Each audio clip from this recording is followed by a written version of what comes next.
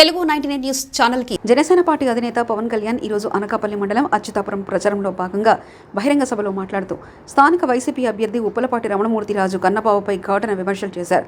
Janasena party గాజు glass గుర్తుపై పోటీ చేస్తున్న సుందరపు విజయ్ కుమార్ ని ఎంపీగా పోటీ చేస్తున్న సీఎం రమేష్ ను గెలిపించాలని కోరారు.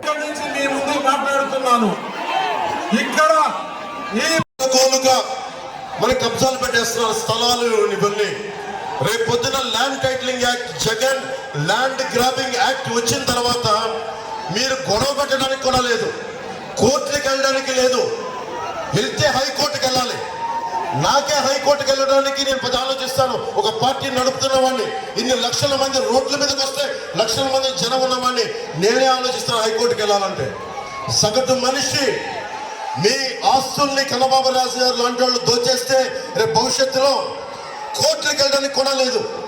మహా వెళ్తే ఆఫీసుకి వెళ్ళాలంటే రెవెన్యూ ఆఫీసులకి వెళ్తే మళ్ళీ ఉన్నది వైసీపీ మనిషి ఉంటాడు. మళ్ళీ వాళ్ళు ఏం చేస్తారు, మళ్ళీ వాళ్ళే పెట్టేసుకుంటారు. రేపు పొద్దున మీకు అప్పు చేయాలి, మాకు ఆస్తి పేపర్లు తాకట్టు పెట్టాలి, ఫైనాన్షియల్ దగ్గరికి వెళ్ళాలి.